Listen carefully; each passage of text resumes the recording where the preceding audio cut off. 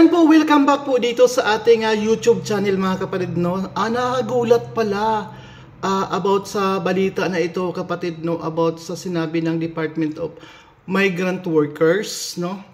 No other than DMW office in charge, si Hans Leo Kakdak, no.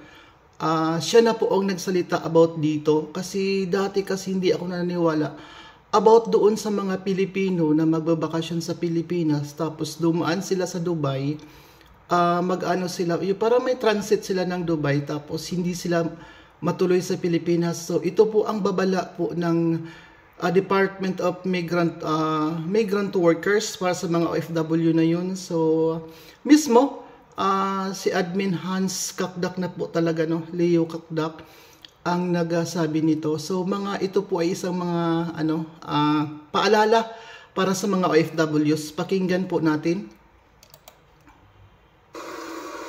Pilot run lang itong Twitter livecast, but just to say in this pilot effort na live stream na we will issue an advisory on an upcoming, hindi upcoming but the current practice of so-called third country hiring, kung saan yung mga certain OFWs na matagal na sa Saudi pero may re-entry visa nandito sa Pilipinas, bakasyon, may re-entry visa for Saudi, travel to Saudi via Dubai but do not end up in Saudi. Pagdating sa transit, pagdating nila in transit via Dubai ay lumalabas ng Dubai para maging worker doon.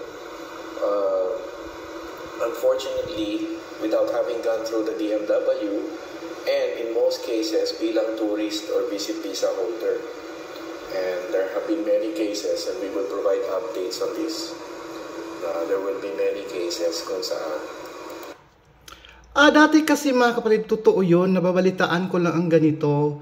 No, parang hindi ako naniwala talaga. So kasi ang sinasabi din kasi ng mga gumagawa nito is legal sila, no? Legal yung mga ginagawa nila. So paano ngayon na masasabi na yung isang Pilipino na mag-transit sa Dubai tapos doon nga sa sinabi ni Admin Hans Leo Kakdak na hindi magpatuloy magbakasyon sa Pilipinas kung magtrabaho na lang. Siguro may sundo sa Pilipinas. So, yan yung nabalitaan ko din na legal siya. So, paano ngayon masabi na legal itong gawain na ito? Patuloy po natin panoorin, kapatid. They end up being distressed and being in our shelter in Dubai. So, this is a fair warning to OFWs kasi apparently they are so-called willing victims with this practice. Na pagka yun po ay may re-entry sa isang bansa na katulad ng Saudi, pag na po kayong tumalon at magpunta elsewhere, diretso po ng Saudi, huwag pong bumaba sa transit destination, or that can be called as such, dun sa transit country para magbalak or magtangkang magtrabaho. Kasi recipe for yan sa pagiging isang distress o pagkakaroon ng problema sa empleyo doon sa transit country.